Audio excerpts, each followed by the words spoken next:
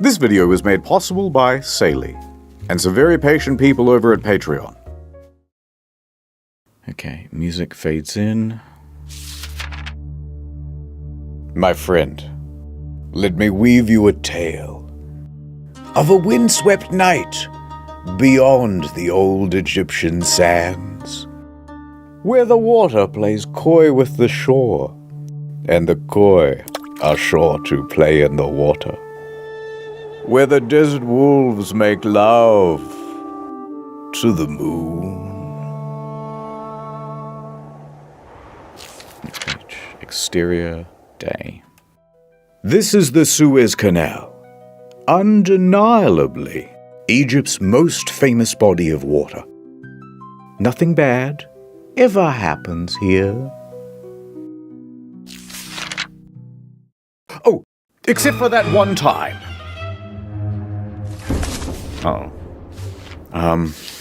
Okay, so there's a ship, and it's called the Ever Given, and it's going up the Suez Canal really, really fast, probably. And you think that, well, the Port Authority would call up, and they'd be like, Captain, you are going way too fast.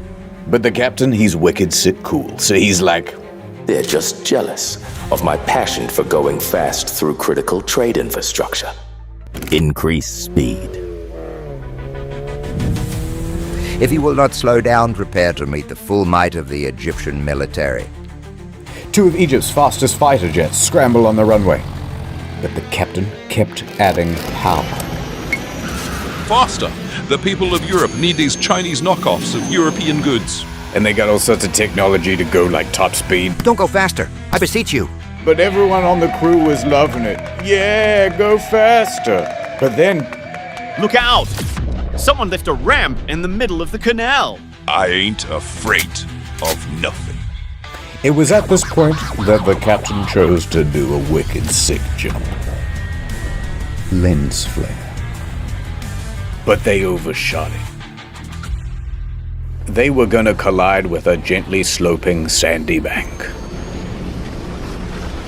They threw on the handbrake. Drop anchor! Brace for impact! But it was too late. Collision. Literally everybody died. Ever given, ever taken away.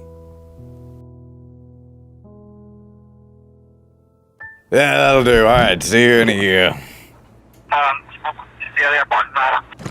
What do you mean it's not long enough? Wikipedia, ChatGPT. Add the music, they love that. A reaction GIF? That's a good one. No, this video's too good. Dial it back a little. Okay, let me start again. I'll do the phony voice too. Better! Okay, so here's what really happened.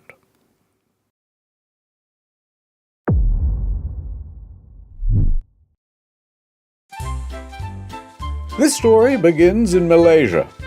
Of course, you already know, but that's this one over here.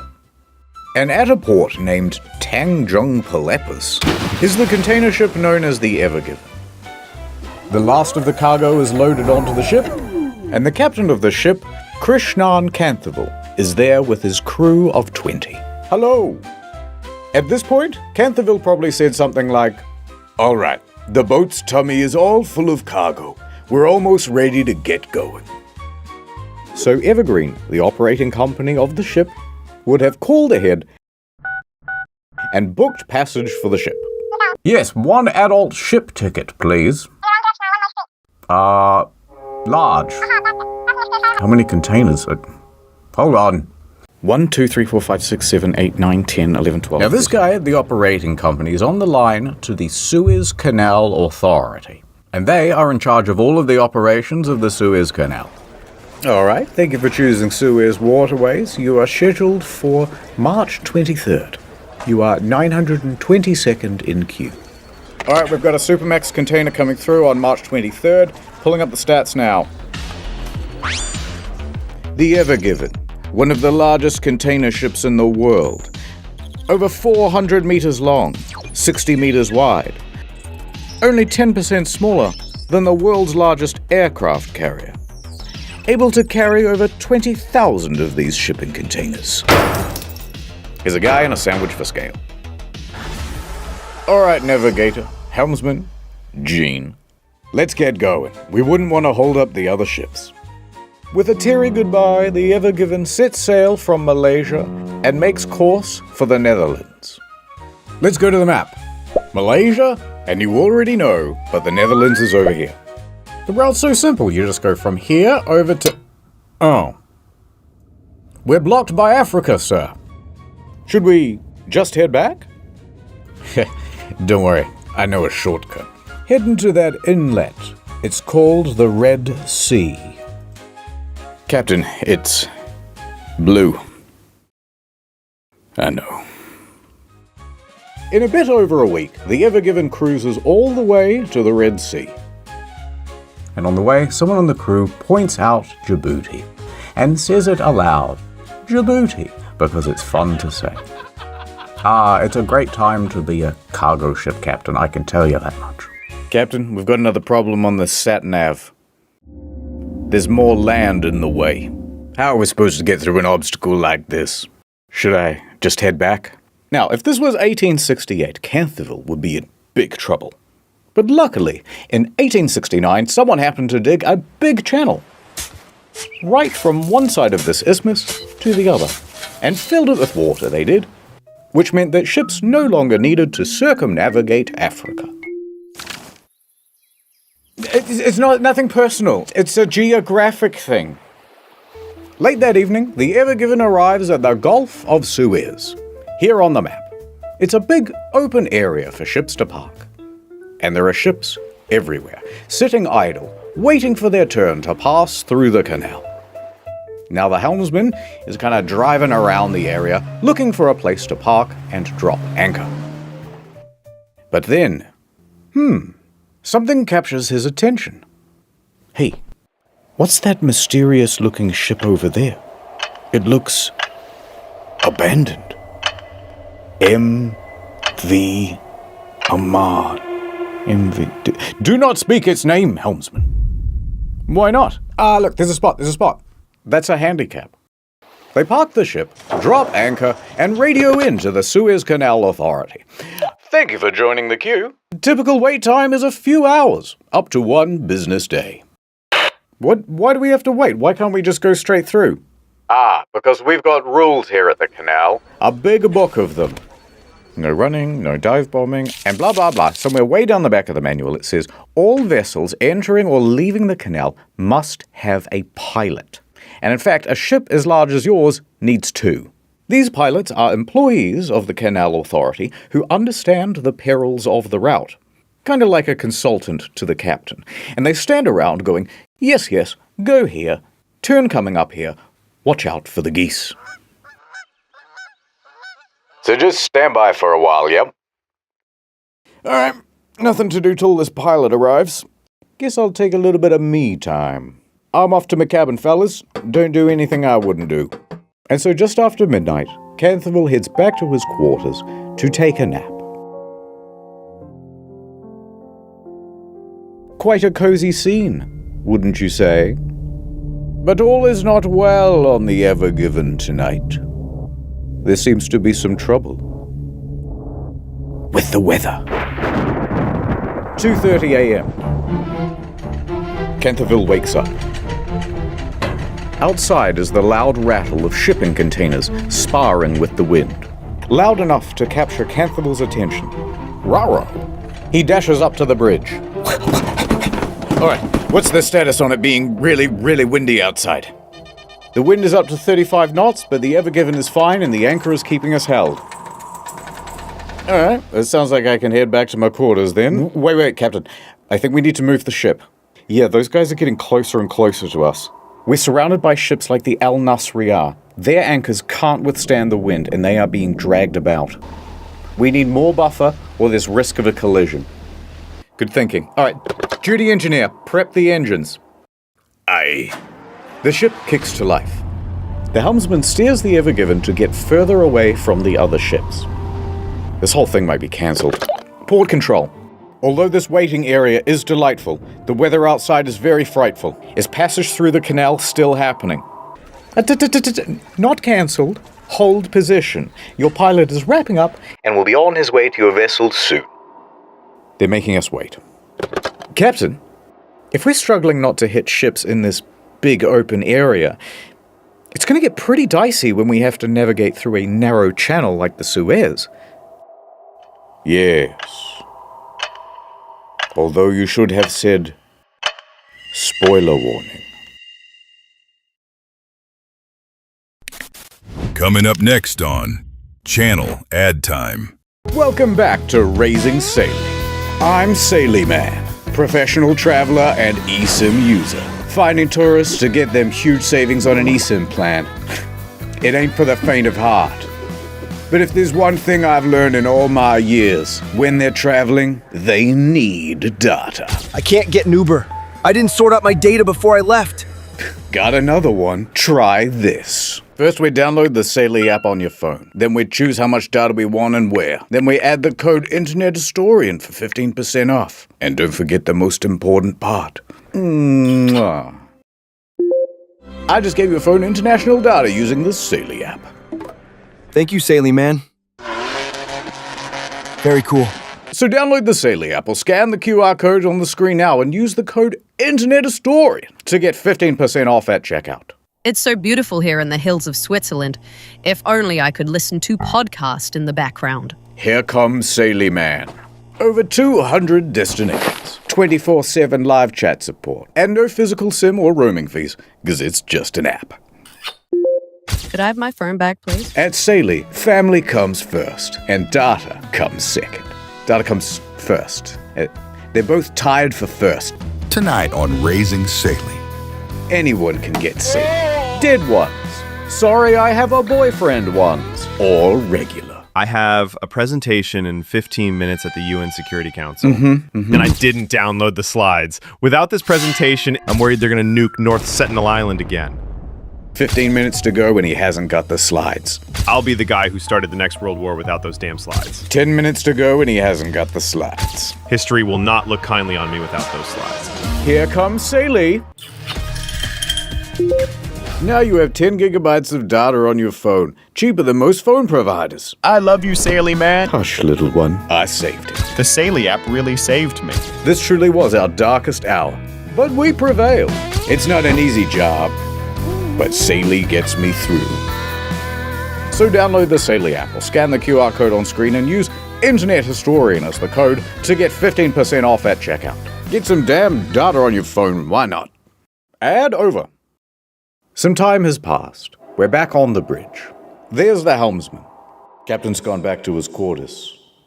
Pilots won't be here for hours. Then suddenly, an idea. The helmsman takes it upon himself to navigate a little bit of art. Tee-hee-hee, says the helmsman. As long as no one checks the nav data, this won't come back to bite me at all. A couple of hours pass. The wind dies down just a little. No ships crashed into the Ever Given, but a small one did pull up beside it. Captain, pilots are here. Welcome aboard. Oh, hey, Captain. Yes, we're running late. Where's the helm? We don't know what the pilots' names are, so we're just going to go with blue and red. Okay, I think we should move ahead at about 14 kilometers. That's right. Ahead, 14 kilometers per hour. The Ever Given joins a convoy of ships taking position at the entrance to the canal. Convoy, checking in. Ready. All right, everybody. We want to be alert. Stay focused. Yeah, Captain. I'll follow the other ships. I'll try not to get lost. Hold on, helmsman. And the audience. This is a much more perilous journey than you might know. What, a big straight line? It is 193 kilometers of narrow waterway.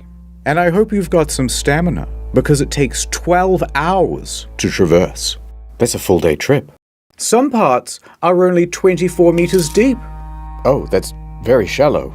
Yes, and only 200 meters wide in some parts. That's very narrow. I've seen McDonald's drive-thrus with more clearance. And you certainly wouldn't want to have an accident, would you? Because 12% of the entire world's sea freight passes through here. If you blocked it, the consequences would be humongous. No pressure, though. Oh, I see. Oh, don't mind him. He gives that speech to everybody. Ahead, 14 kilometers per hour. Yes, pilot. 14 kilometers. Steady on. So into the canal, the ever-given wind. As they cruise, the winds swirl back onto the sea. No longer buffered by miles of open water, the sand and dust can blow about with abandon. Low visibility. Strong winds jostle the ship. Grit pelts the bow. The Ever-Given steams ahead at about the pace of a fast jog. And there's no real build-up here, to be honest. Things go awry almost immediately. How are you coping with the wind? It's manageable. Alright, well, the wind is definitely pushing us to the left-hand side. Yes, just try to keep it as centered as you can. Adjusting. These winds are quite something. Do you think we should have insisted they postpone? The pilots don't seem worried, and they know this water better than anyone. The angle of the wind is particularly nasty, catching the enormous surface area of the ship and constantly nudging it off course. Helmsman, you're still too far to the left. You got to get back to the center. Yeah, I'm trying. Adjusting. The helmsman keeps changing the trajectory of the ship, but he cannot seem to stay in the center. Come on, Helmsman, we're still not centered. I know, it's the wind. No matter what they do, they can't seem to get away from the left bank. The wind foils their every countermaneuver. This is not as manageable as I thought it would be. Is it going to be like this the whole way? Don't worry, this is really common. It won't be the whole trip. No, the problem is we're going too slow. Red Pilot takes the initiative. If we speed up, we can push through the wind. Accelerate to 22 kilometers an hour. Somewhat reluctantly, the helmsman obliges. 22 kilometers per hour. Engines engage and the ship speeds up. Captain, going this fast in heavy winds is needlessly reckless. There are protocols for this sort of thing. All right, Gene, it's a bit windy. Relax, this must happen all the time. The Red Pilot was right. The increased speed helps them to fight through the wind and get away from the left-hand bank. However, they can't seem to keep the ship in the very center. Helmsman, you're aimed too severely to the right-hand bank now. We need a bit of leadership here. Don't worry, I know what to do. Turn left. Adjusting. The pilot's giving steering instructions now. Captain, is he supposed to do that? Captain, the pilot is not here to give steering orders.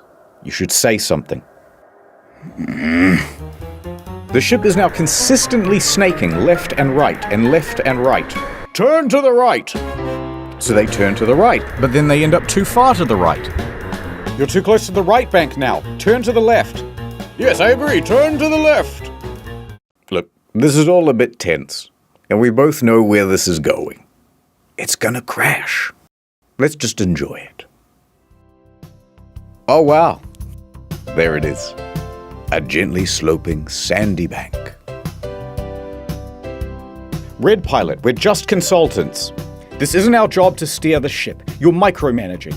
We should only be giving general navigation advice. We're getting too close to the left bank. I can't keep it centered. We have to slow this ship down. If we slow down, the wind will push us into the bank. What do I do? Reduce the speed. The two pilots begin bickering. And not just bickering normally. They're bickering in Arabic. Arabickering. And Canthavel's crew doesn't speak Arabic. What the hell are they saying? I don't know. Neither do I. Does anyone here speak Arabic? The Ever-Given has reached its target speed of 22 kilometers an hour, but they're taking wider and wider turns and can't seem to get anywhere near the center of the lane. And the two pilots, they're still fighting. Captain? Captain! Pilots! Captain! The Ever-Given then reaches an extreme, unrecoverable angle, pointing acutely to the right, straight for the bank.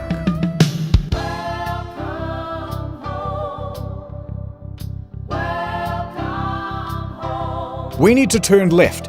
Now. Hard left. Hard to the left. Hard to the left. The rudder turns. But the ship doesn't turn with it. Instead, it slides. Didn't I tell you to turn left? Why aren't we turning? I am turning to the left, Captain. The ship's not responding. I knew this would happen. It's your fault. The helmsman loses his ability to steer. The ship has gone out of control.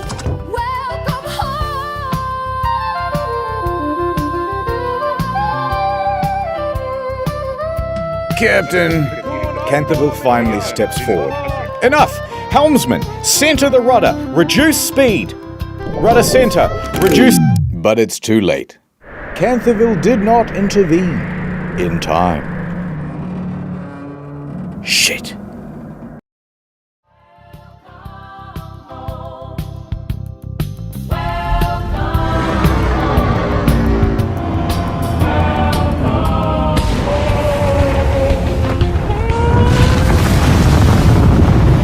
The crew can feel the vibration through the floor as the bow meets the bank.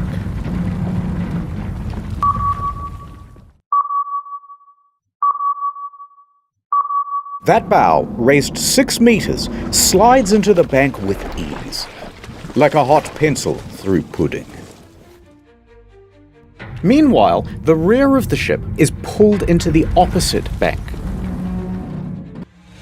The bridge shakes and the crew lurches forward as 300,000 tons of momentum is reduced to 0 in the span of a couple of seconds.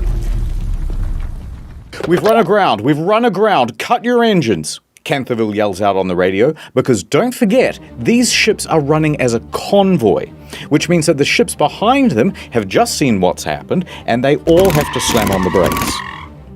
A couple of ships back, the Asia Ruby 3 suffers an engine malfunction, and it cannot stop as quickly as it intends to, and nearly plows into the back of the Maersk Denver.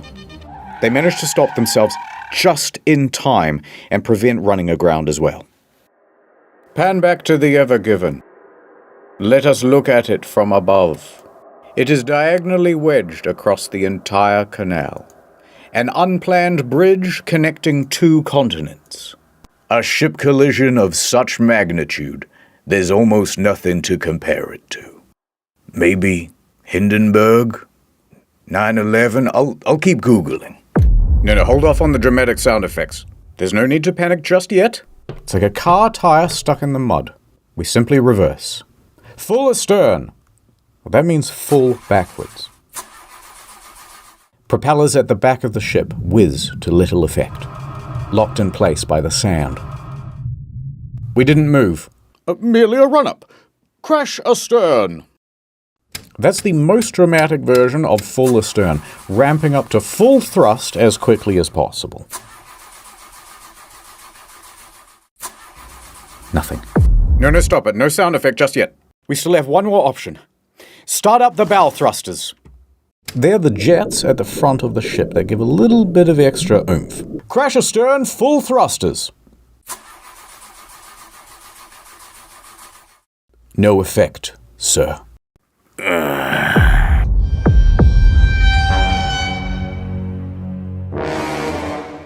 Now, we don't have the transcript from here, so we'll just presume that at the time, Canterville said something very quirky and millennial, like, so that just happened. But what we do know is that he and the pilots then jumped on the radio and got in contact with the port authority. We've got something to tell you, and you gotta promise not to get mad. Shut up. Listen, we're gonna need a tugboat. We are run aground. The helmsman takes a turn at being millennial. There are other ships right behind me, aren't there? Uh-huh. And there were, as the queue of container ships piling up behind them got longer and longer. Make that 2 tugboats.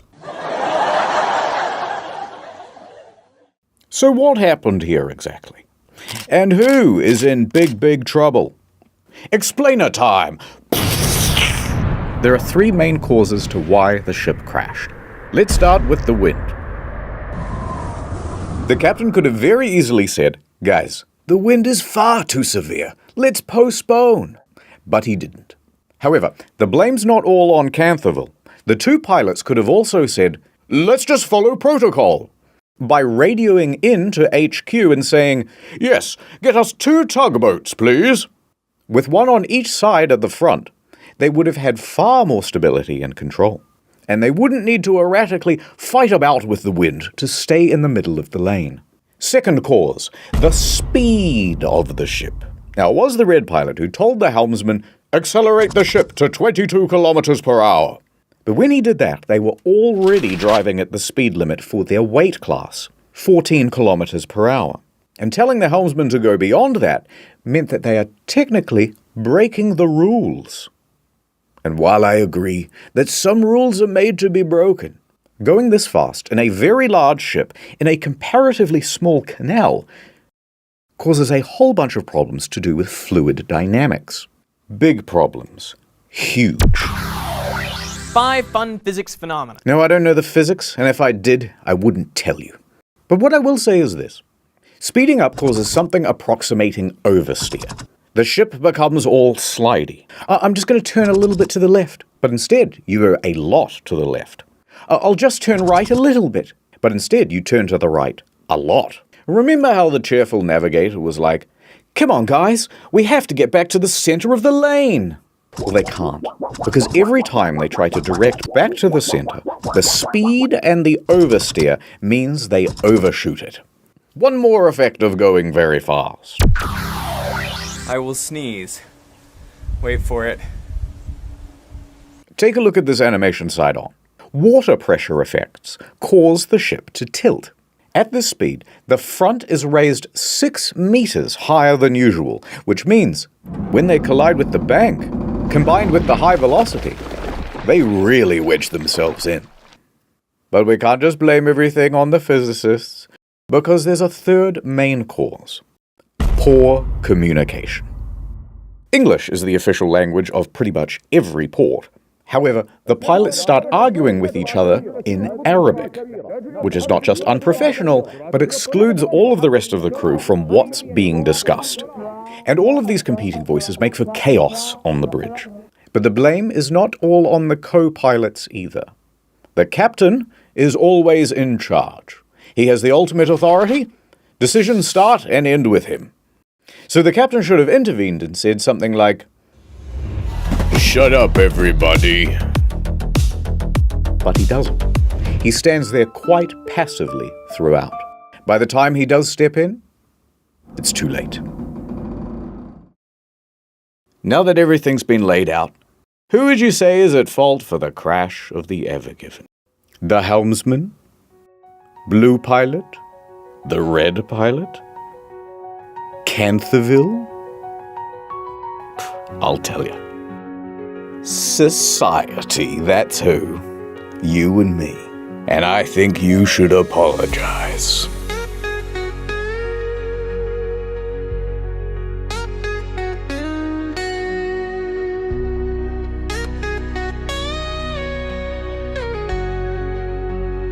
Alrighty, so we have something 3.5 times the size of the Titanic, choking the world's largest freighting canal like a greedy seagull throating a glue stick.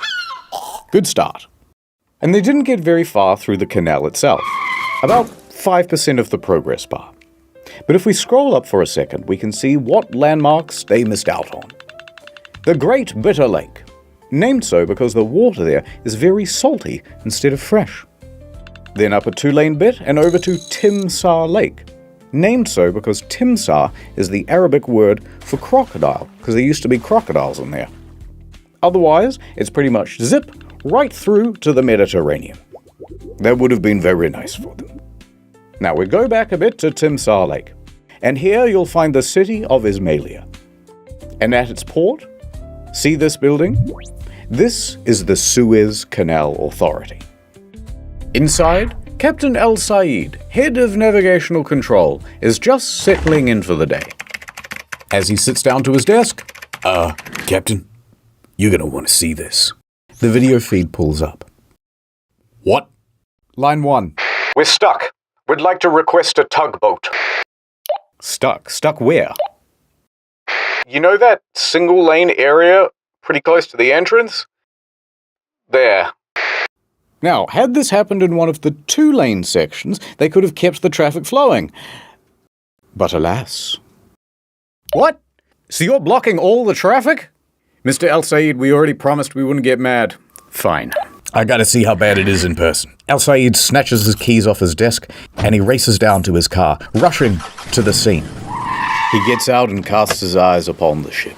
My God. Towering over him is a structure the width and breadth of the world's largest Walmart, except it is also 15 stories tall.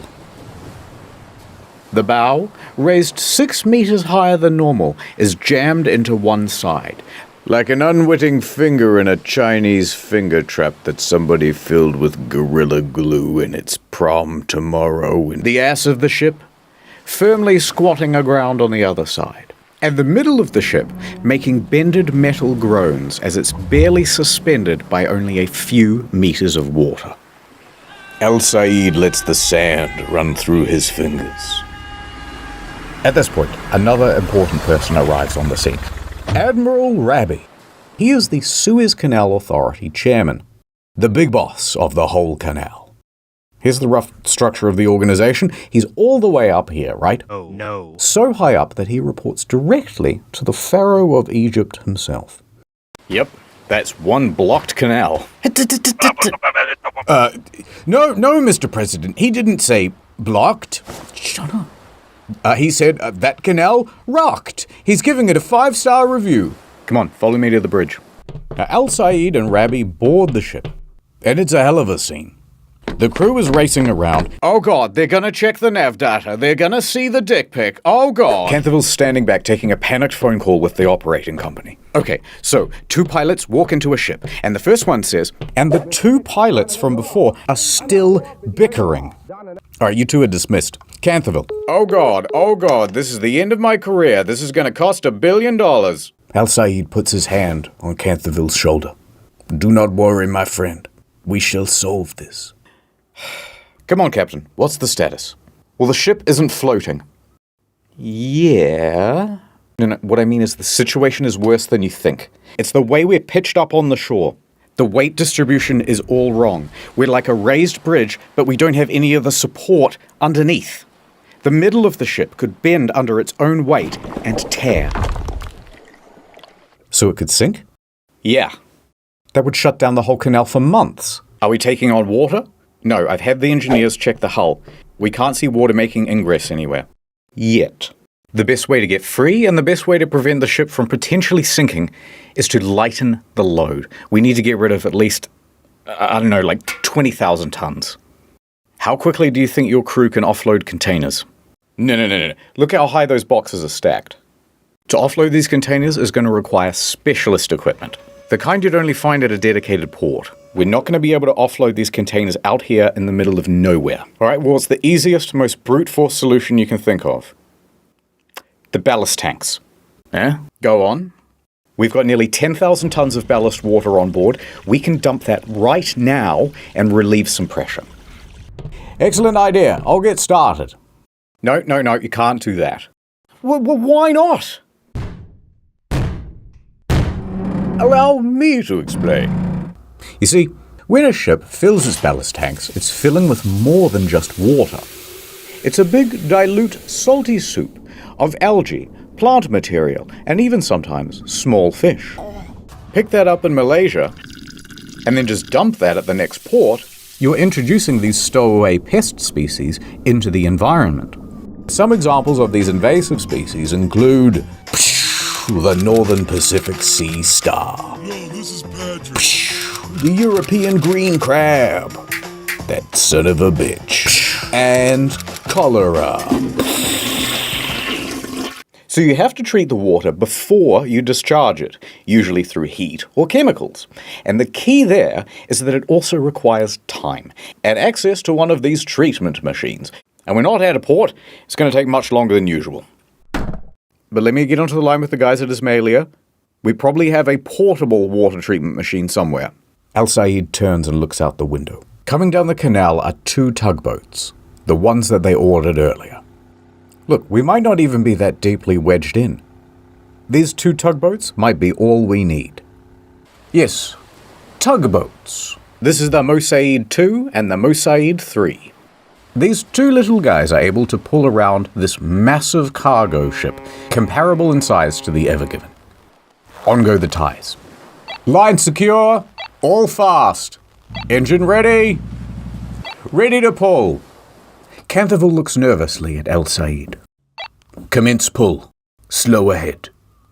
The polyethylene ropes whine as they're pulled taut from the water. The tugboats lightly draw against the ship, testing for resistance. All right, a little more. More.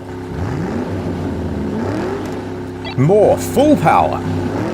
Nothing. Not an inch of difference. All right, stop engines. Be on standby. This isn't going to work.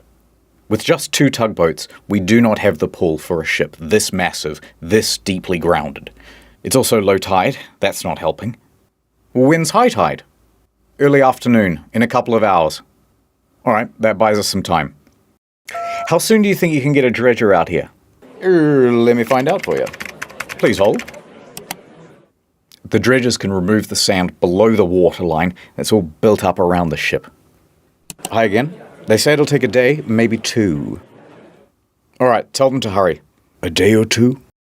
I'd better update my boss. Let him know it's not gonna be a quick fix. I should call my wife as well. All right, don't go too far. I need you for something in a minute. Hey, what about excavators? Oh yeah, how many we got? Right now? No, for my birthday. Yeah, now. 1. 1 guy. There's only 1 excavator on standby for the whole canal. Well, it's just post-COVID. Everyone's been excavating from home. Patch me through. There really was just 1 guy, by the way. It's local contractor Abdullah. So he picks up the phone. Mushy mushy. There's been a big accident at the canal, Abdullah. There's sand and dirt everywhere. I need your help. Just send me the deets, Chum. Abdullah jumps in his truck and heads to the scene. And when he pulls up, Gott in Himmel, he sees the massive Ever Given wedged into the canal. Abdullah locks himself into his excavator and gets to work on the most important task he's ever done digged.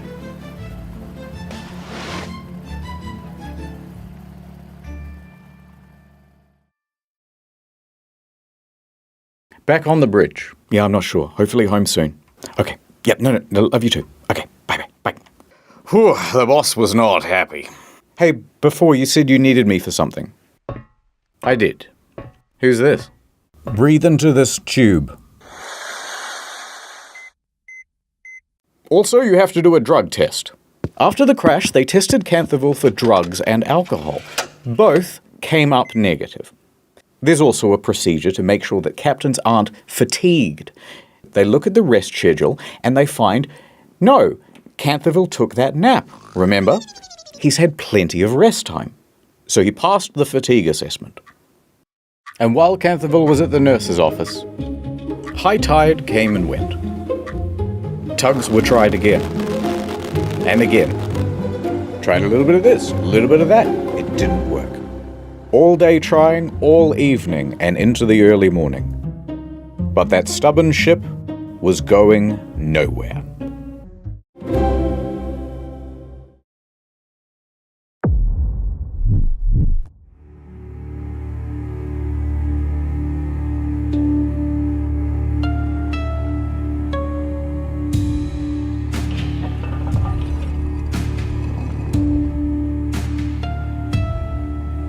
Of course, the moon. Day 2. There's quite a queue of ships by this point, and they're all honking their horns impatiently. Hey, move your ass! I got Frozens in the back. Go around! Go around!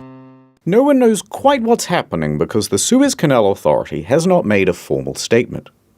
But their hand is about to be forced when an impatient sailor behind the Ever Given takes a photograph and publishes it online. And this starts a bit of a buzz on social media. It was at this very moment that the helmsman's most feared fear was most realized. Someone pulled up the navigational data. Colonel? Within 24 hours, it was all over the news. So over at the Suez offices, Mr. Rebbe, you have 300 voicemails. Telemarketers? Important clients and journalists. They're asking about whether the canal is blocked, aren't they? They're asking about whether the canal is blocked, yes.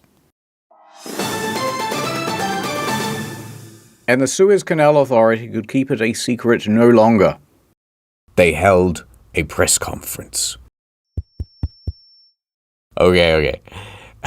This is crazy. Let's say, hypothetically, they didn't give many details, but it was a very inspirational press conference. The news begins reporting on the story. It's blocked. Cargo ship blocking the Suez Canal is a huge container ship. There's just the most incredible drama playing out in the Suez Canal. A massive container ship longer than the Eiffel Tower. It's one of the world's most important shipping lanes. And breaking news from the Nana Star News Channel. I'm Nana. Mega ship's big ass is stuck in the Suez Canal. Right. Point is, this story exploded everywhere. There was a lot of sympathy to go around. I appear to have blocked global trade. And the internet, upon seeing it, went, these guys need some help. We would love to volunteer. That's not a picture of a naked woman. I need to help them. They knew best about what to do to get this ship unstuck. Alright, it's time for the "yeah, I reckon you could pretty much just do this and it'd work" section. By far the most popular solution was simply blow it up. No ship, no problem. But why wouldn't this work? Well, first you're blowing up $1 billion worth of cargo. And this thing is about 3 times the size of Mount Rushmore. So there's quite a lot of debris to sweep up, actually. And you still haven't solved the problem of moving the thing out of the fucking canal. Next idea. What if we attach 1,000 helicopters and simply fly the thing out? You could even take it all the way to its destination in the Netherlands. Well, the problem is this thing weighs about 300,000 tons. So even if you had a really powerful helicopter, you're gonna need like 25,000 of them. And you can't put them all together in one area or they'll all crash. It ain't gonna work. En route to help. Hey, maybe pull up a bit. Next! Alright, more seriously, why don't we take a whole bunch of old jet engines, weld them to the sides of the ship, turn them all on at once, and whee, the day is saved. However, there is a risk of an explosion.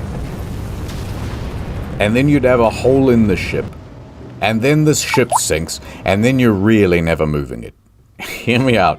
Liquid nitrogen. A lot of liquid nitrogen right under the boat. The water freezes, expands, the ship lifts up. Bob's your uncle, you love it. Except now, the ship is just stuck in ice. And then it melts, and then you're back to the exact same position. Also, you need like $1 billion worth of nitrogen. There's no way to get that much material, let alone handle the scale of that material. Also, everyone's going to freeze to death on board, and the ballast will expand in the tanks, and that'll destroy the ship. It's not going to work. Alright. Last idea. Best idea. What if we just actively made things worse? Such as this petition to add a second boat to the canal. Jokes aside, one humble comment did stand out from the crowd. Get a few people on this side, a few people on that side, push it, and I really think it would go. Well, maybe. Because that's exactly what the recovery team intended to do. Ahoy! Ah, good to see you back from the nurse. I told them I didn't do any drugs, but they wouldn't take my word for it. I would have believed you. Just give me the walkie-talkie. Alright, full ahead with the excavators. 3 more excavators join Abdullah, and they are all busily digging out the front and rear of the ship. It's still going too slow. What else we got? More rescue stuff. So here comes Rabbi pulling up to the scene. Good news, fellas. And he's standing atop a very powerful bit of kit. A big, beautiful dredger. To be specific, a cutter suction dredge. Essentially, you've got a big rotating cutting tool that loosens up all the soil, while a big suction pipe sends it yonder. Alright, do the dredgy. Full speed. What else we got? We got more tugboats incoming. More and more tugboats join the fray. A total of 8, arranged around the ship like this. Notably, the Baraka 1 and the Izzat Adel. These are 2 of the most powerful tugboats in the Middle East, and that includes the non-deserty parts. Full ahead with those! They keep trying. A cacophony of engines playing the highest stakes game of tug-of-war ever attempted. Tens of millions of dollars being lost every hour until it was won. And their opponent? Unbothered, moisturized, taking up the whole lane. Unbudgeable. Alright, we're calling it for now. Oh, El Sayed, we've thrown everything we can at this ship, and it won't concede an inch. It's hopeless, hopeless. The cynicism of youth. I've worked for many years on the Suez. There's magic in the water, Canterville. Magic. We will succeed. Your words are empty, El Sayed. Optimism has blinded you, El Sayed. We cannot defeat the canal. It is simply too powerful. If I were the guys at Case and Kaisha, I'd just forget about the Ever Given and buy a new ship. Well, we can't afford a new ship. The owners of the Ever Given, Shoei Kaisen Kaisha Limited, are getting very worried. I need that ship back, and I can't just leave it to the Suez Canal Authority to do it. There's only one team daring and foolhardy enough to take on a job like this. Kaisen calls up an elite salvaging company from the Netherlands. Smit Salvage. We need your help.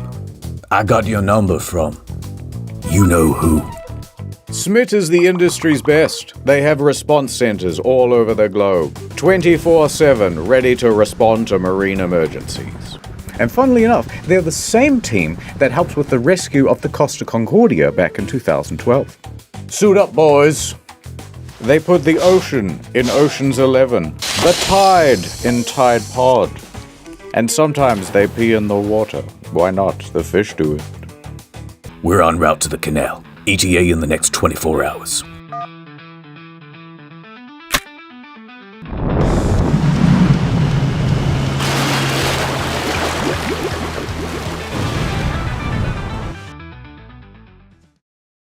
Next time on Boat in Canal. The prophecy. It's coming true. Kiss me, you fool. I'm beginning to think you don't want to get the boat free. Well, is it the Yanny wire or the Laurel wire? Laurel. I couldn't hear you. You're breaking up. Ha ha ha. There's only one way this was ever gonna go.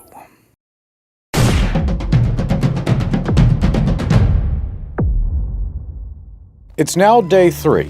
There's more digging, more tugging, but the ship is still exactly where they left it. And the slow pace of progress is starting to cause problems for international trade. Each delayed ship represents thousands of tons of undelivered stock for store shelves. And that queue is getting longer and longer. On board, an estimated $9.6 billion worth of goods is sitting idle. The milk! It will spoil! And the big question is, how long until this thing is fixed? To answer this burning question, the Suez Canal Authority holds another press conference and declares, Guys, another day, maybe 2, might even be this afternoon. But the media and industry experts disagree. The truth of the matter is that they're not making much ground. I mean, this is proving to be more difficult than originally expected. Could be closed for weeks. It could take weeks. Could be stuck for weeks. Weeks. That's how long it could take to free the container ship currently blocking the Suez Canal. So that means all of these ship operators here, waiting in the queue, have a very difficult choice to make. So basically, I've just got 2 options. One, I can wait around hoping the ship gets unstuck, which nobody knows how long that's going to be. Or option 2, we go all the way around Africa.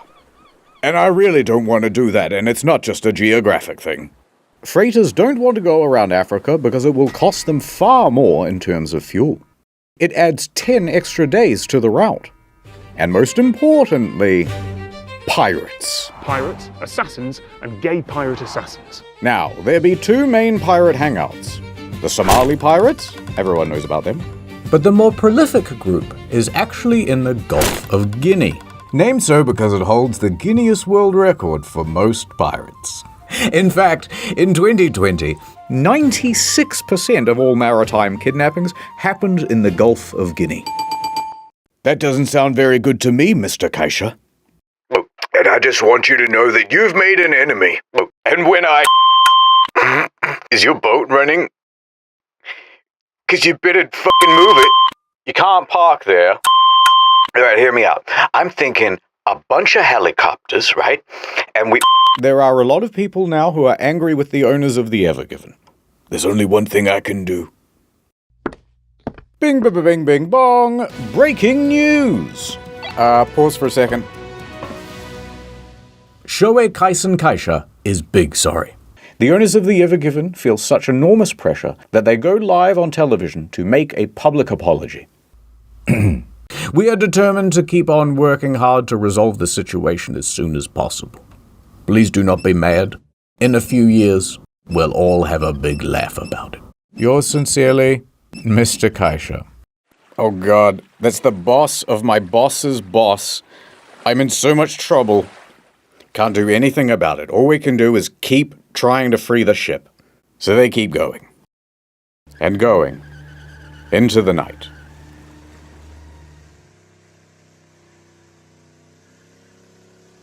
And on that night, Canterville and El Said had a heart-to-heart. The mood was very somber. Still feeling optimistic, El Said? Of course. Well, it's day 3. How much progress have you seen so far? They're gonna blow us up, aren't they? It's possible. They're gonna freeze us, aren't they? That seems less likely. They might just attach a whole bunch of jet engines and we're gonna get fucked up. That one got debunked. Sorry, I don't mean to take it out on you. It's just, all these guys, they rely on me. The navigator, the helmsman, Gene, and the other ones we never animated. But I'm thinking maybe I should just get on a lifeboat right now and never look back. I could go live on an island somewhere, far, far away from here. Run away? Look at this. Timu neck massager for Sally. I bet she's checking her mailbox every morning. Bulk $6 fingerless gloves for Mr. Poe Box. You want to disappoint him? No. Little Jimmy won't be getting his 20-pack of kitchen tongs this Christmas. And you think that doesn't kill me inside? But we've exhausted every option. There's nothing on Earth that could free this ship. Well, that's where you're right. Look up there, Lil Canthy. El Said points up into the night sky. Los Lunos. Yes, the moon. The son of the night. To the ancient Egyptians, it was a sign of hope. And in a few more nights' time, a prophecy will be fulfilled. The supermoon. I have to show you a kind of boring diagram. I'm so sorry. You see, the moon doesn't just orbit the Earth in a perfectly equidistant circle. It is, in fact, an ellipse. That means there is a point when the moon is the furthest from the Earth, and we call that the apogee. And there's also a point where it's closest to the Earth. That's the perigee. You know when you look into the night sky and the moon seems bigger or smaller than usual? Different distances, innit? Point is, the moon gravities all over the water. And the closer it is, the more it's going to pull. Now, there's another effect as well.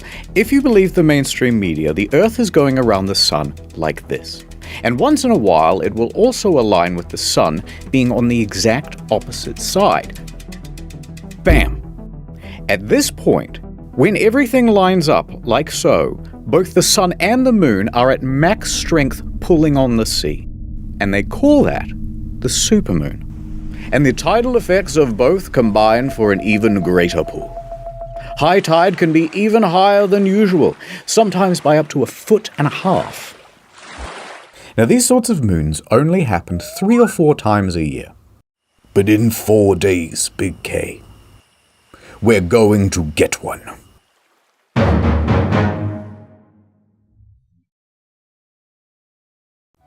Previously on Boat in Canal. Don't let go! Ha ha ha, my plans have all fallen into place. I thought I knew what being a captain meant. What do you mean, cut the black and blue wire? There's only white and gold! We've got one chance left. The moon. This is just like that Costa Concordia video he did, but way less funny. Over at the Ever Given, things are status quo. But online, there's a bit of a new development. A screenshot of a news article appears. Cargo ship crashes into Suez Canal. Captain involved in incident. But there's a twist. Uh-oh. Is that a woman? A woman. Egypt's first female sea captain, Marwa El-Sahar, was being named in this headline as responsible for crashing the Ever Given. And the screenshot of this news headline spread all across social media. For Marwa to have screwed up this badly is impressive. Especially considering she's never worked on the Ever Given and is currently hundreds of miles away in Alexandria. But someone online went, first female captain? Grody? Suez blockage? She must have did it. Marwa found out about the accusations through a friend and quickly hopped online. I gotta clear my name. Guys, it isn't me! But the online bad guys must have hacked her account, because everything she wrote just came out in squiggles. So Marwa tried to hack back. This code, it's nothing I've ever seen before. They're countering my hack. I'm gonna reroute the hosting. Not if I can help it. They ran through the firewall. Use IP4. It's better. Now, while we can all agree that a lady captain is very gross and icky, and while we all agree that she should be doing a lady job, like adding rosemary oil to the ballast water, or knitting hand warmers for the steering wheel, it was not fair that she was being falsely accused. And the situation was escalating as the online bad guys started making fake accounts pretending to be her. What was Marwa, etc. to do against such a coordinated campaign? Well, luckily, a surprise hero to the story. Zip. The mainstream media showed up and did a thing. Don't worry. Bringing her onto the telly and clearing everything up. Marwa even found some positive in the situation.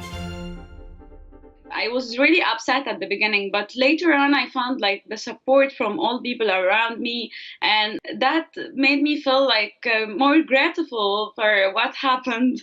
A lot of the social media posts got taken down. And in the end, it all turned out okay. At least, for her. Back to the Ever Given.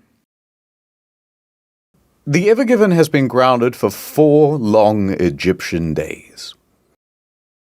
So tug, tug, tug. Dig, dig, dig. Pull, pull, pull.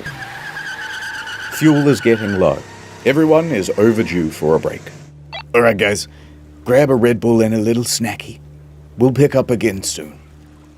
But as the engines wind down, the crew can hear something approaching.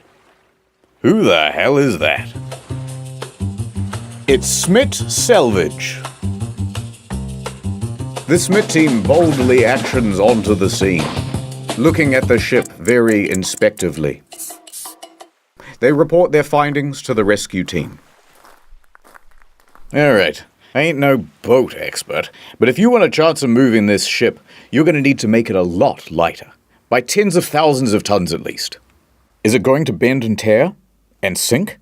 No, it doesn't look like it's going to do that. But it also doesn't look like it's going anywhere with all of this weight on the back. Okay, we trust you. What's your plan to make the ship lighter? I know a guy. He's got a crane. I'll get it down here. We'll offload all the containers. It'll be brilliant. You're gonna love it. The container thing again? Yeah, how long is that gonna take? Well, to get them down here and to get all the equipment assembled, we're gonna need at least a few weeks. Weeks? Yeah, and to get all the containers off the ship, that might take several months. Months? No, Mr. President, he didn't say months. He said, monks. Those Shaolin guys, they're very strong. Everything's going according to plan. A furious rabbi marches in. Do you have any idea how much these last few days have cost Egypt already? We've had to sell parts of the Sphinx. Look, the nose is gone. It's looking all messed up. We turned the whole country into an e-commerce site. It used to just be called Gypt. Now it's online. Egypt. Remember Tutankhamun? Now it's Tutankhamun. Get it? It's a pun. Get it? Let's move on, says the Smith guy standing in for the audience. Look, this is by far the best option. Yeah, it's slow and laborious, but it's a guaranteed fix. Or you can carry on doing what you're doing now. You're on what, day 4? How's progress so far? Al Said wouldn't hear it. We will continue with the dredging and the tugging. The supermoon will be here soon, and that will save us. You are foolish, Al Said. The legend of the supermoon is just a legend. Alright, we're on the same team here. If you insist on keeping the cargo aboard and just tugging, we've got resources to help. Smith calls in 2 additional tugboats. And not just big ones. Pretty much the biggest ones you can get. So Smith and the recovery team have figured out a sort of Plan A and Plan B. Plan A is to pull the Ever Given free by the supermoon, which is only 2 days away. Now, if that doesn't work, they'll have to go to Plan B, which is to offload by crane most of these containers, and that will take months.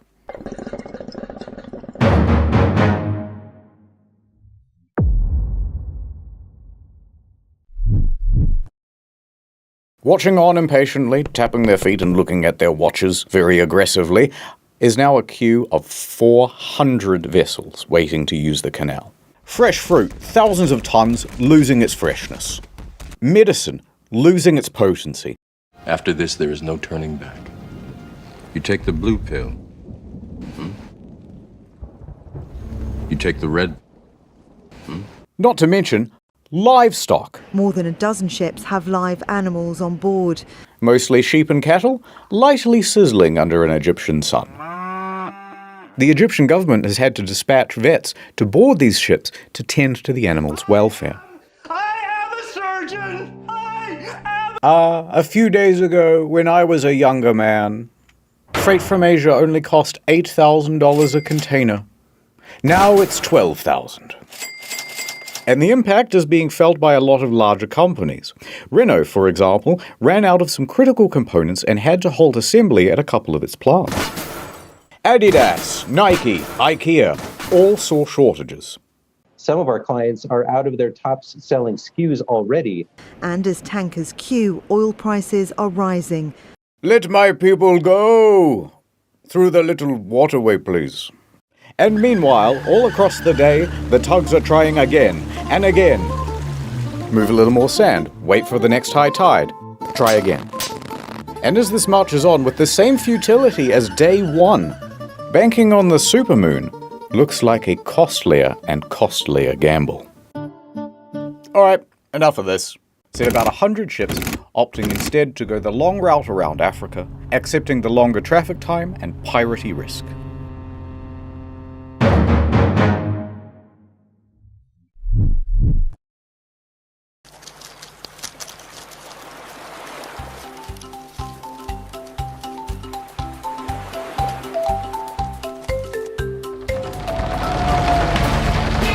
The supermoon. It's tonight.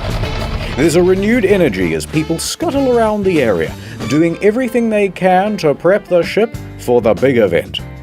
The excavator crew, over the course of the week, has expanded to a team of 11, working double, sometimes triple shifts with only 3 hours a day for sleep. Together with the two dredgers, they have moved 30,000 cubic meters of sand and soil.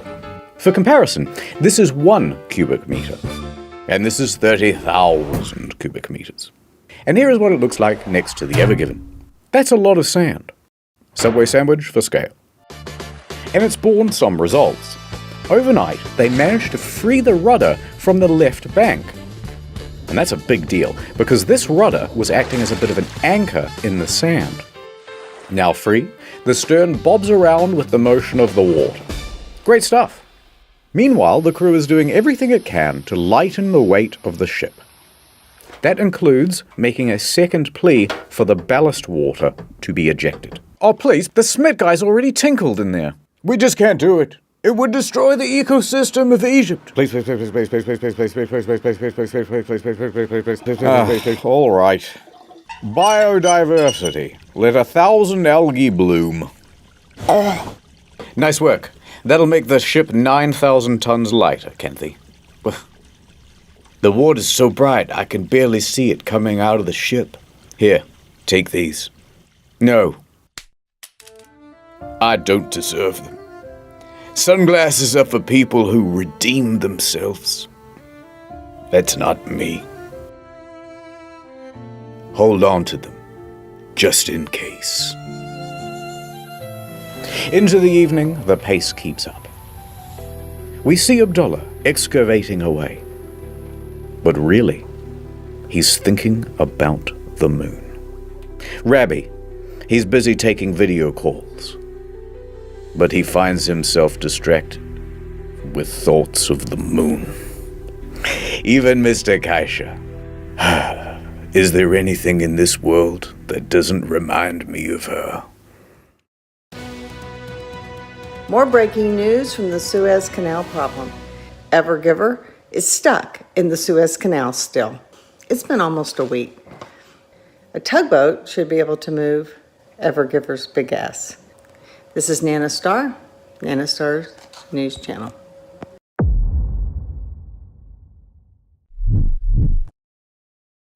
The full moon shone brightly that night, kissing the nape of the canal's neck with its gravity lips.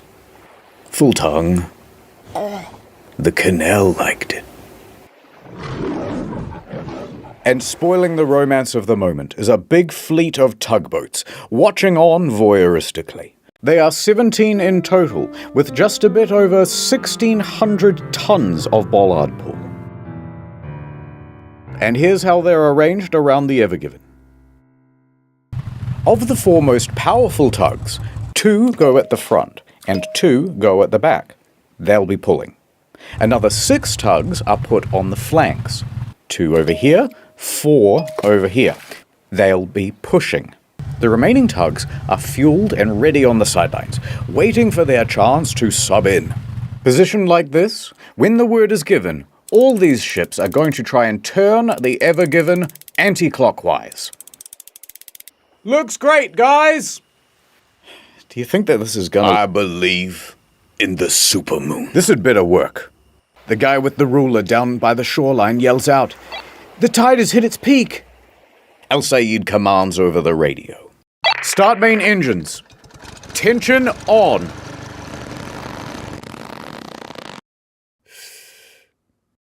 Full ahead. The tugs start moving. They carve through the water with ease. The immense power from the tugs meet the resistance of the Ever Given. It was at this point that the narrator said something really poetic. Stuff about the night. About how the ships were like dancers on the water. For juxtaposition, we cut away to that crab again. Which everybody hated. It's like a metaphor if you think about it. The tugs are sliding to the left. They're sliding to the right. It's not working! Diesel fumes fill the air as the tugs keep increasing their power. The water violently foams behind the tugs. Everyone is staring at the back of that ship. Come on. Move. This goes on for minutes. More minutes. Even more minutes. An hour. 2. 4 hours. By 4:30 a.m., the moon's power is starting to wane and there is very little progress. Don't give up. The tide only goes down so that we can rise once again. Your moon gambit has cost Egypt dearly, El Said. Guards, prepare the sarcophagus with the beetles like in the... What the hell is that? Under the water, all of this tugging has loosened the sand, the soil, the rock. Could it be? The sound of metal tensing and flexing. The ship is beginning to move. It is coming free from the bank. The supermoon gives one last howl. It worked. They pulled the ship from the bank. At the back, at least. Now, the bow is still wedged in there pretty good, but this is progress. We're halfway to freedom. Keep going. So they did, all morning.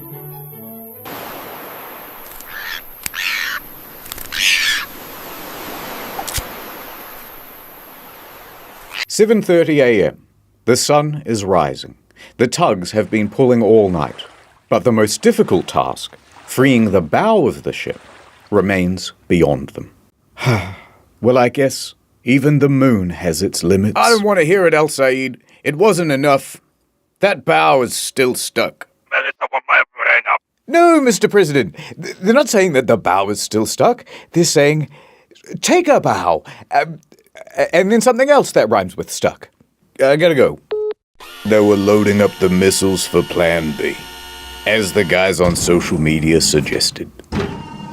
I lied about the crane thing. This was always the plan, says the Smith guys. You know what, Canterville? I agree.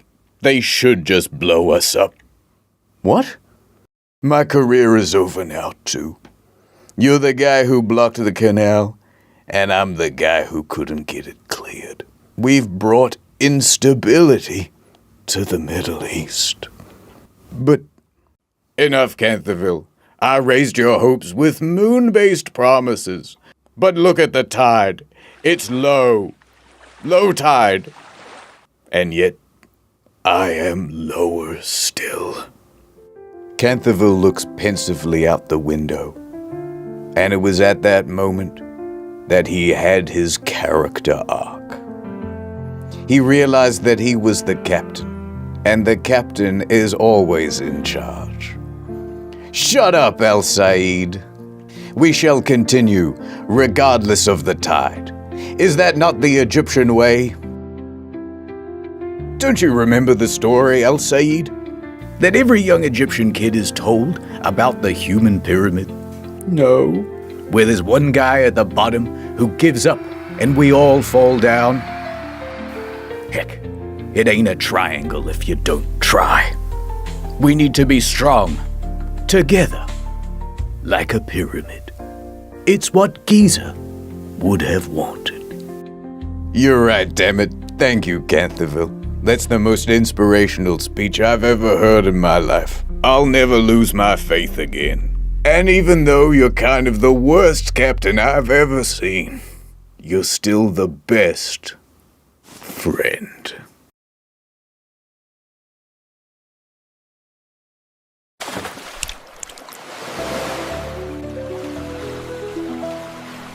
So they pressed on all morning, enthusiastically and vigorously tugging away, beating off the fatigue, but to no progress. Okay, everyone, take a break. Copy. We'll have lunch and pick up again in a couple of hours. Then suddenly, one of the Smith guys comes busting into the room. I've got an idea.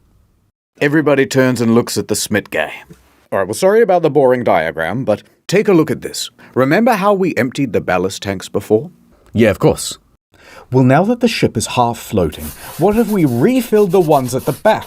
On this part of the diagram, where the ship is almost floating. That way it will sink lower here and allow the bow to sit up even higher on the bank. Canterville gives El Said a knowing nod. I got this. I know a guy who owes me a favor. Please. A few hours later, the ballast tanks were filled. And it worked. The bow lifted, ever so slightly. It's working, it's working! And it gets better. It's now 2 p.m., and that means high tide. Guys, I've got another technical issue. Alright, what is it? It's easier if I show you with a drone.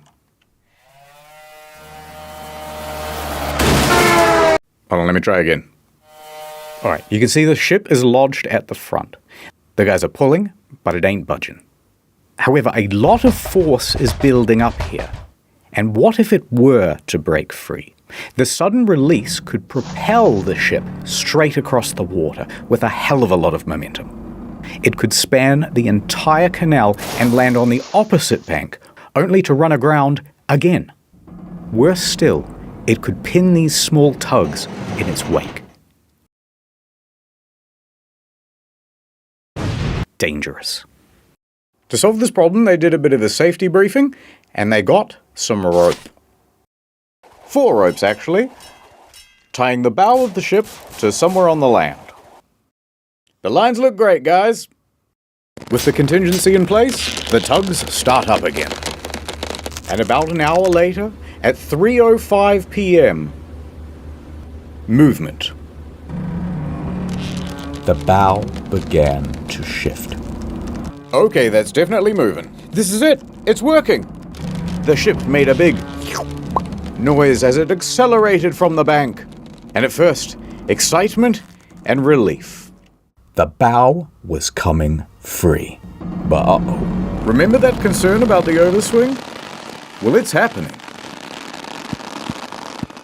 Okay, the only source we found for this part of the story was Bloomberg, but they said that it happened and we wanted to build it. So this recreation is how we imagine it went.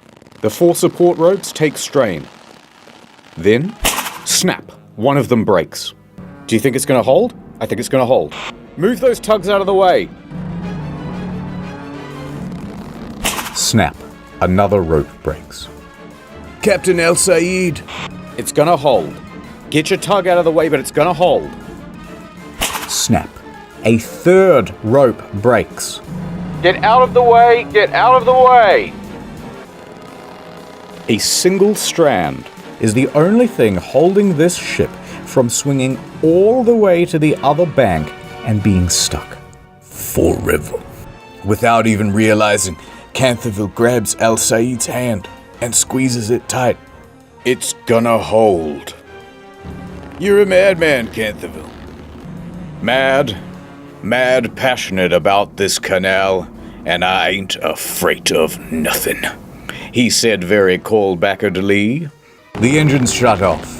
All that could be heard is the squeak of tightening rope and the scream of torsioning metal.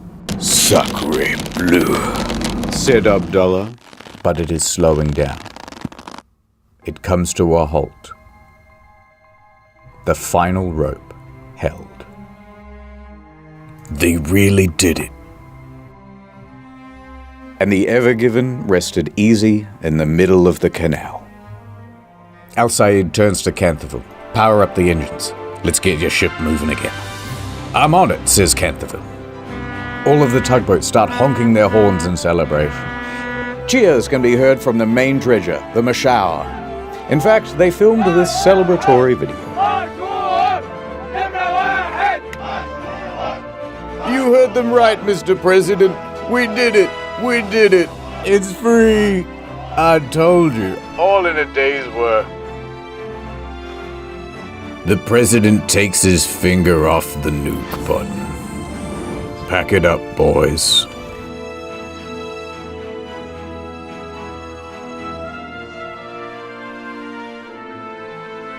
I can't believe it. All that digging really must have made a difference. Oh. Good. Everybody hated that crab. We did it, Gene. We did it. Gene? Where are you? Captain, who are you talking to? Gene! Captain, there's no Gene on board. Wait a minute.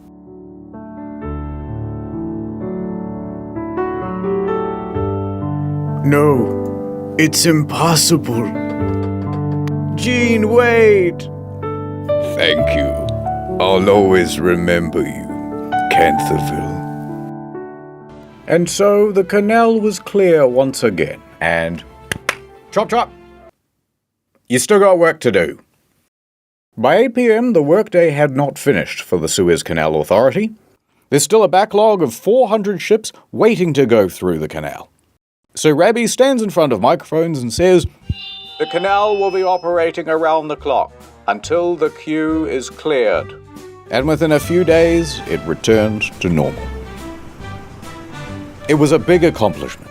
Many industry experts thought it would take several months to free the Ever Given, but the crisis was resolved within a mere week. Prepare the sarcophagus for the doubters. Even Egypt's president came out and said, "Good job, everybody. You know what? Pizza lunch." And the Suez Canal Authority held a ceremony in honor of the workers who helped to free the ship. And they also made this monument, which you can see on Google Maps.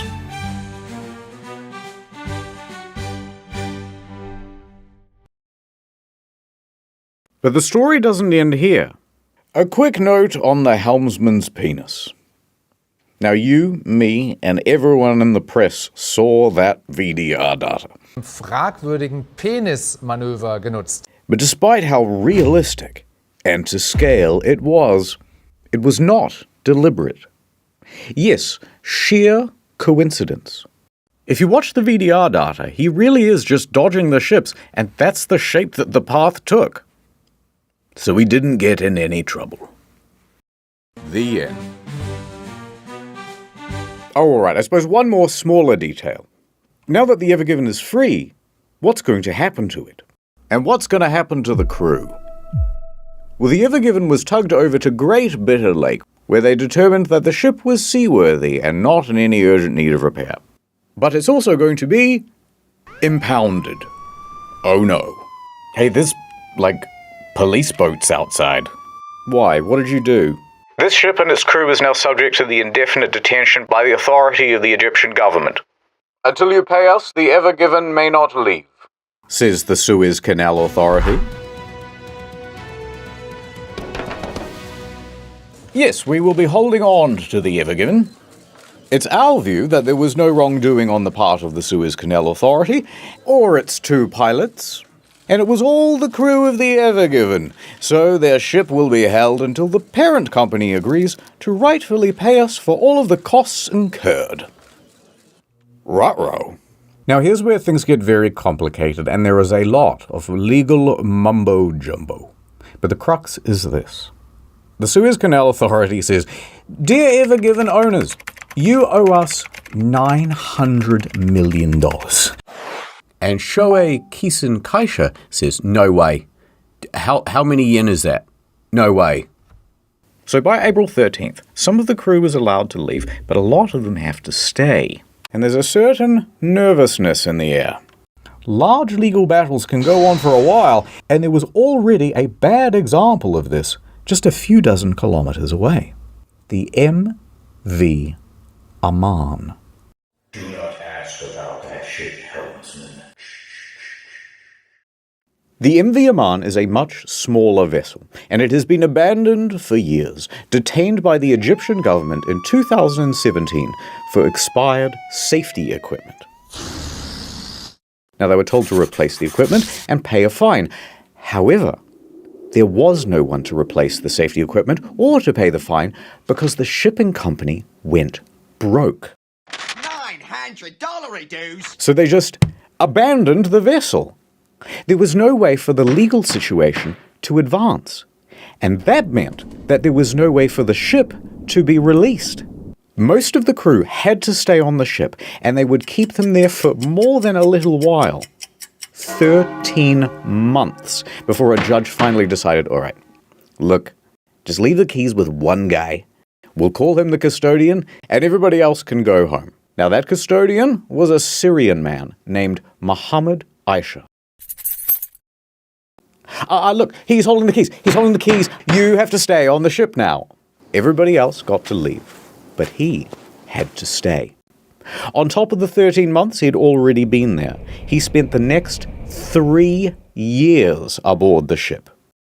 Quickly, the ship ran out of fuel, which meant it ran out of power, which meant it ran out of running water. No refrigeration either.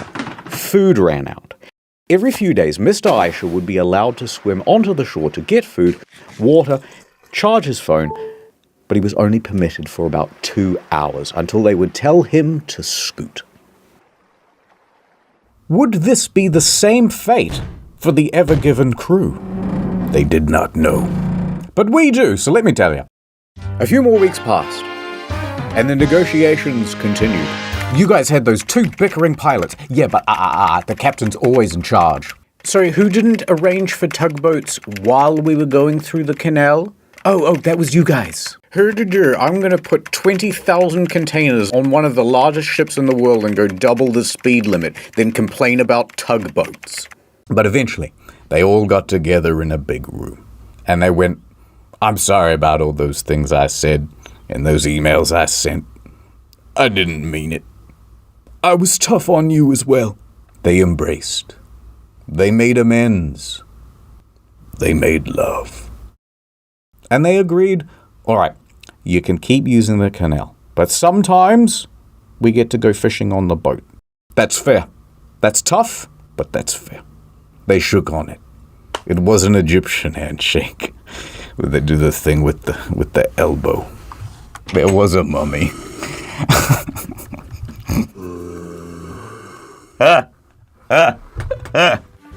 This story sucks. By September, the crew was allowed to return home. They only got MV Amand a little bit. And that guy on the MV Amand, he got to go home too. Why not? Get out of here, you scamp. The Ever Given made its delivery to Rotterdam. They did it! All the cargo is here! Although, it wouldn't hurt to check. 1, 2, 3, 4, 5, 6, 7, 8, 9, 10, 11. Canterville continued his career in shipping. It wasn't the end. Maybe just one more for the road? It's a great time to be a cargo ship captain. I can tell you that much. Al Said returned the Lunexicon back to the Sphinx. Thank you, old friend. And the Ever Given had some minor repairs done to the bow over in Qingdao Port in China. And then she was ready to set sail again. The Ever Given was released back into the wild. It sailed into the sunset. Ever since then, global trade has improved. Prices have gone down. The economy flourished once again. Food returned to the supermarkets. Mothers clutched their babes. A litter of puppies. And peace was finally restored to the Middle East. Forever. The end. Thanks again to Sailly, the easy way to get data on your phone when you're overseas. And 15% off? Now that's a good deal.